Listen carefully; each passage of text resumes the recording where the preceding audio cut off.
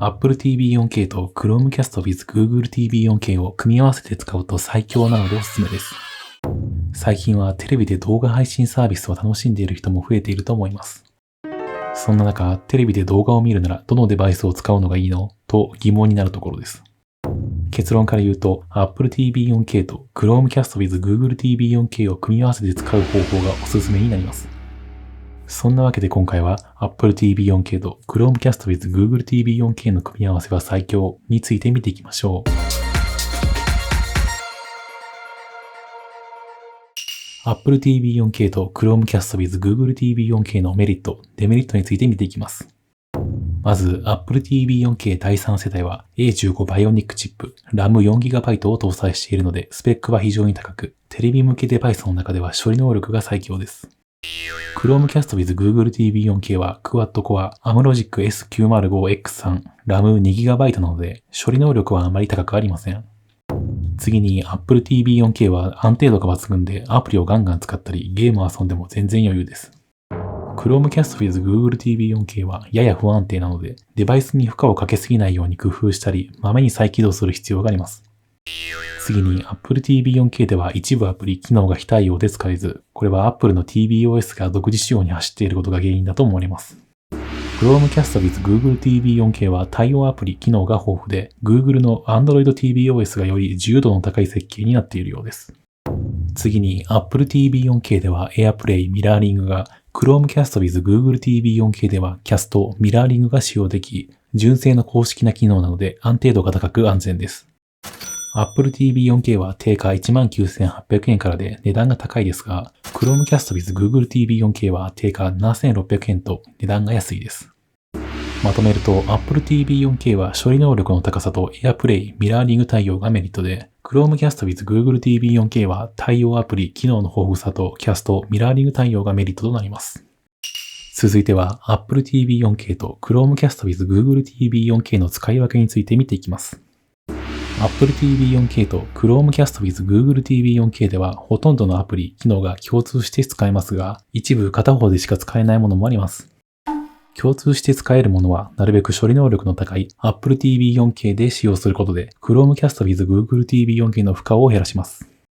Chromecast with Google TV 4K は長時間使用すると映像が止まったり、アプリが落ちることもあるため、なるべくこちらでしか使えないアプリ、機能を使うようにします。Apple TV で使う主なアプリ機能は以下の通りです。まず YouTube、Netflix、Amazon プライムビデオ、Disney プラス、Apple TV プラスなどは Apple TV の方が起動やレスポンスが早く 4K HDR 再生をすると端末負荷も大きいので Apple TV を使用します。Netflix の広告付きベーシックを使いたい場合は非対応なので Google TV を使いましょう。ABEMA はテレビ、ビデオに関しては Apple TV の方が高画質かつレスポンスがいいので使いますが Apple TV 1は2022 FIFA ワールドカップが 30fps にしか対応していないことと一部の見逃し配信に対応していないのでその2つの視聴は Google TV 版を使います。Apple Music、Apple Arcade、AirPlay ミラーリングなどは Apple TV 4K でのみ使えるアプリ、機能なので Apple TV 4K を使います。Google TV で使う主なアプリ、機能は以下の通りです。まず TVer、Gao、D アニメストアなどは Apple TV には非対応なので Google TV を使用します。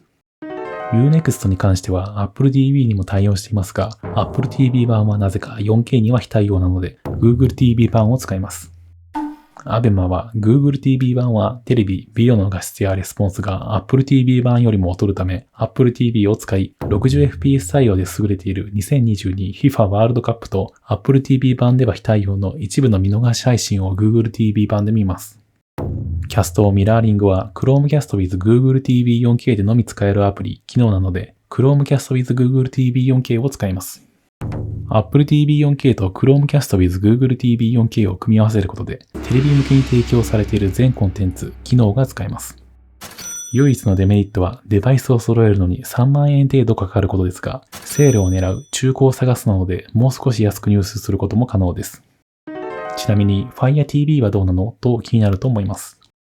以前試してみたところ、Fire TV は AirPlay、Cast、ミラーリングに非対応で、一応 Air Receiver という謎のアプリを導入すれば使えるものの、純正に比べると安定度がいまいちだったので、選択肢から外しました。もちろん AirPlay キャストミラーリングを使わない人や安定度を気にしないのであれば Fire TV はセールで激安で入手できるので入門用などにありだと思います。今回は Apple TV 4K と Chromecast with Google TV 4K の組み合わせは最強についてご紹介しました。Apple TV 4K と Chromecast with Google TV 4K を組み合わせて使うことでテレビ向けに提供されている全コンテンツ、機能が使えるのでおすすめです。Apple TV 4K は A15 Bionic と RAM4GB 搭載で圧倒的に処理能力が高いのがメリットで Chromecast with Google TV 4K は対応するアプリ、機能が豊富なのがメリットです。そのため Apple TV 4K と Chromecast with Google TV 4K で使うアプリ、機能をうまく使い分けるのがおすすめになります。皆さんも Apple TV 4K と Chromecast with Google TV 4K を組み合わせて快適に使ってみてはいかがでしょうか。